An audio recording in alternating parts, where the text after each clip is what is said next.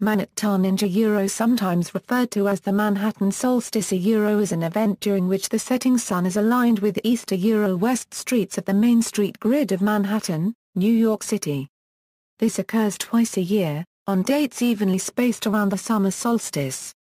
The first Manhattanhenge occurs around May 28, while the second occurs around July 12.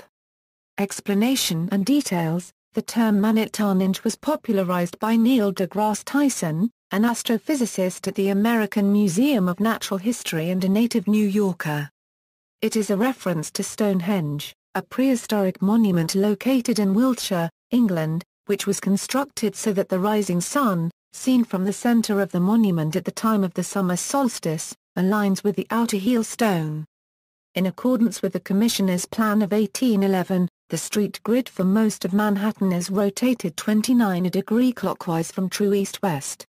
Thus, when the azimuth for sunset is 299 degrees, the sunset aligns with the streets on that grid. A more impressive visual spectacle, and the one commonly referred to as Manhattanhenge, occurs a couple of days after the first such date of the year, and a couple of days before the second date, when a pedestrian looking down the center line of the street westward towards New Jersey can see the full solar disk slightly above the horizon and in between the profiles of the buildings. The date shifts are on account of sunset proper being the time the last of the sun disappears below the horizon. The precise dates of Manhattanhenge depend on the date of the summer solstice, which varies from year to year but remains close to June 21. In 2014, the full sun Manhattanhenge occurred on May 30 at 8:18 p.m., and on July 11 at 8:24 p.m. The event has attracted increasing attention in recent years. The dates on which sunrise aligns with the streets on the Manhattan grid are evenly spaced around the winter solstice, and correspond approximately to December 5 and January 8. Occurrences. In the following table, full sun refers to occurrences of the full solar disk just above the horizon, and half sun refers to occurrences of the solar disk partially hidden below the horizon.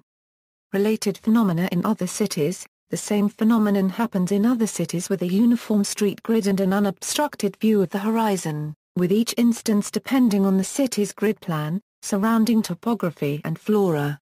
Such occurrences would coincide with the vernal and autumnal equinox only if the grid plan were laid out precisely north-south and east-west, and perfectly aligned with true north as opposed to magnetic north. The situation in Baltimore comes fairly close, with its sunrises on March 25 and September 18 and sunsets on March 12 and September 29. In Chicago, the setting sun lines up with the grid system on September 25 and March 20, a phenomenon known similarly as Chicagohenge.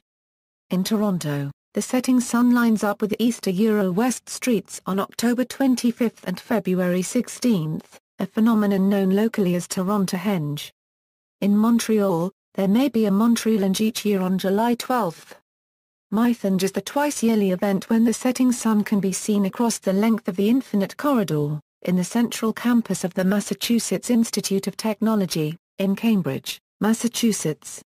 That event was first advertised in 1975, in a poster that included a drawing of Stonehenge.